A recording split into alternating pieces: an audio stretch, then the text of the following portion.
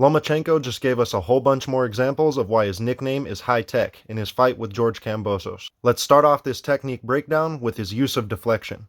Loma would use his lead hand to defend his center line against the jab of Kambosos. This was especially effective for Loma because Kambosos would telegraph his jab by turning the punch over too early, making his elbow flare and causing the punch to have a crooked flight path. This allowed Loma to easily intercept the punch at distance by bringing his lead hand across the center line from outside to in, with what we call a parry. Vasiliy would do this either by way of the cuff of his glove or by the blade of his forearm, effectively putting a barrier between himself and the jab of Kambosos, causing it to be deflected to the inside.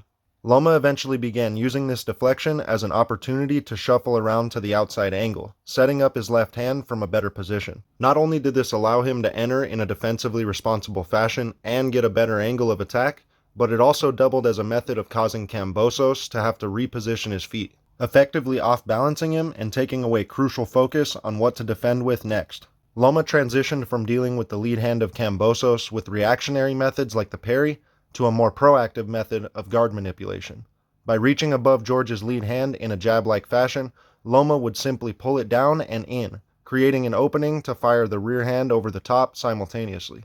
From there, Loma would flow into combinations, where Kambosos had a tendency to lose his vision during his attempt to defend, eventually popping up in the middle, allowing Loma to find him with big left hands.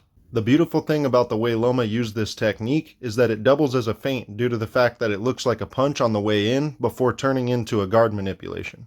Because Loma is stepping in with his lead foot to close the distance as if it were a jab being thrown, he's able to take the opportunity to step to the outside of George's lead foot, creating a situation where he has the superior outside hand and foot position, which of course helps to line up the rear hand. Vasiliy would also switch from throwing to the head to going to the body with his simultaneous rear hand. Oftentimes, between southpaws and orthodox fighters, the focus becomes all about the outside foot position, and the importance of the superior outside hand position is forgotten. Superior meaning above in this situation. Notice how Loma's lead hand is above and to the outside of George's lead hand.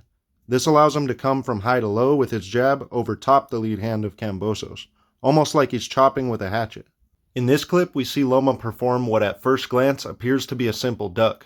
But upon closer inspection, we see that he's actually utilizing the correlation between the length of his base to his height, meaning that as he steps forward with his lead foot, increasing the length of his base, he thereby decreases his height, and in doing so is able to dip right under the jab of Kambosos without using much knee bend, which means he's able to get to his rear hand counter just that much quicker, finishing with a nice hand check to help off-balance Kambosos while pivoting around and preventing any attempts to counter. Here's an even clearer example, as you can better see the lead foot of Loma as he extends his base to dip under the lead hand of George, landing a nice body shot, finishing in a defensively responsible fashion, picking off the lead hook with a nice wedge block. One of my favorite methods for practicing this technique is with a simple slip line drill.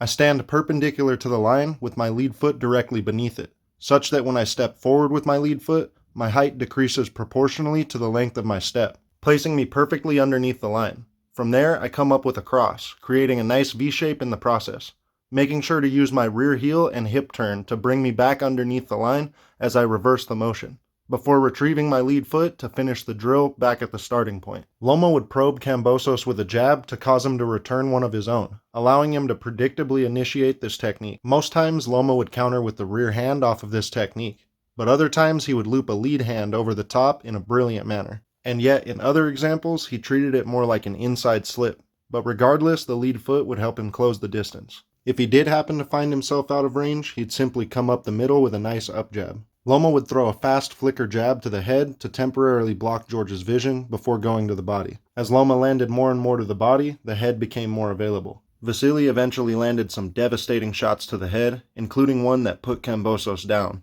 although it wasn't ruled a knockdown. But Loma knew he had George hurt, even trying to signal to the ref that it was indeed a knockdown. Smelling blood in the water, Loma rushed back in, landing a devastating body shot, giving a great example of the old saying, that when you hurt someone to the head, go immediately to their body. Loma finished the job with one more fierce flurry of body shots, causing Kambosos to slump to the canvas and his corner to throw in the towel. Overall, this was a vintage performance for Vasiliy Lomachenko, proving that even at 36 years of age, he's still one of the most elite fighters in his division, and a pound-for-pound great. If you guys enjoyed the video, be sure to let me know in the comments. Don't forget to like and subscribe, and I'll see you guys in the next one. Peace.